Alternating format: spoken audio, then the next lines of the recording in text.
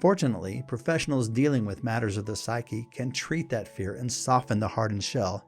Fear responds to light and love. It wants to run into the shadows and darkness and hide in shame, but its position is weakened when exposed or when you become intimately connected to someone else.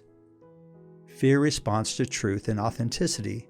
Therapists dedicate their profession to helping their patients experience the security of truth and authentically wrestle with their symptoms.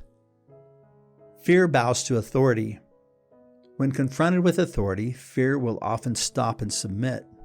Parents can interrupt the trajectory of a child's fear identity by a spanking or imposed isolation or even a glance of acknowledgment.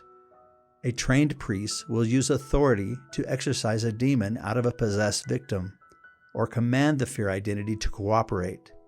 Self-help seminar leaders use a similar strategy through coaching participants. The military has no use for your identity and uses authority to compel submission. The United States Department of Veterans Affairs reports that veterans are substantially more likely to die by suicide than non-veterans. The reasonable notion is that negative traumatic memories cause this. I think that it's more than that. The release of the suppressed identity back into the psyche away from the military's structured discipline, coupled with traumatic memories, creates a judge, jury, and executioner scenario.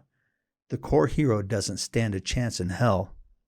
Lastly, ingesting chemicals can alter fear and is another common solution for professionals and amateurs alike. I believe that artificially manipulating hormones such as serotonin with medication is risky. Still, it's better to have a numb patient that isn't killing themselves. The road to healing can begin. Chemical dependence to subdue the fear identity's ravaging nature covers a much greater span than only drugs prescribed by doctors.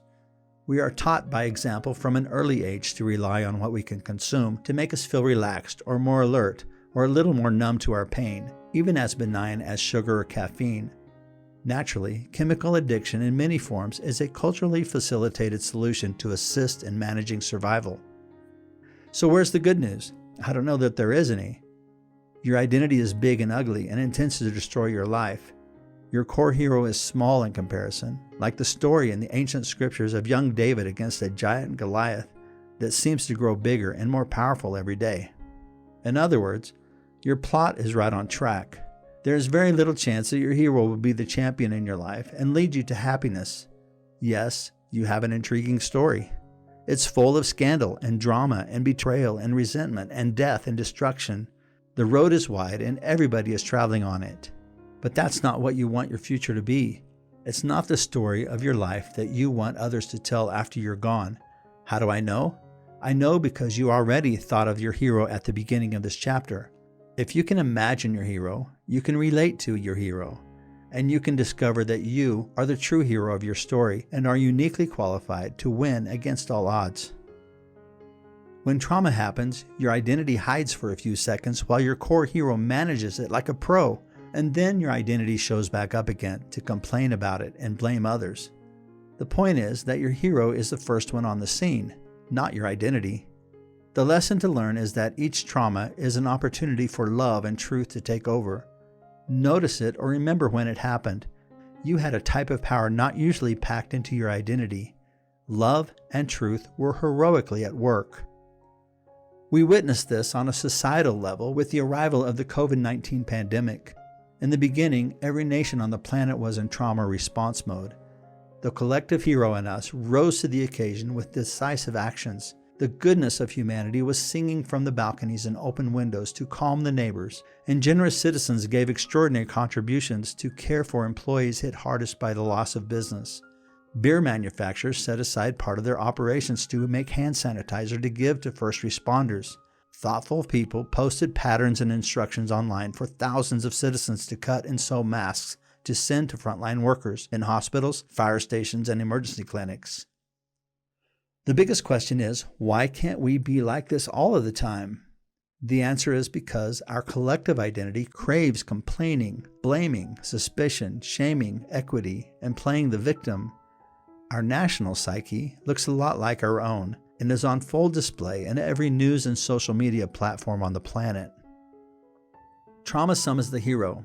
It is the crisis or series of crises in our favorite stories and myths that call the hero to spring into action. Think about it. Clark Kent has a job at the Daily Planet for a reason.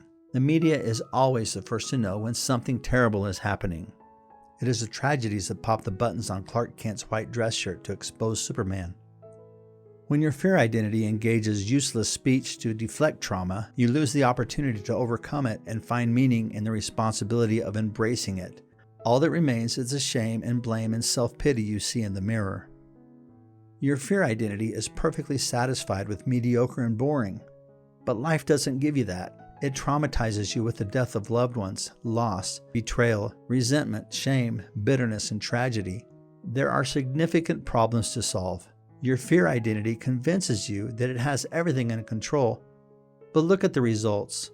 Are your addictions designed to help you win at life? Is your anxiety providing forward movement on any level? Is your all-consuming egocentric mindset connecting you with positive people or finding love?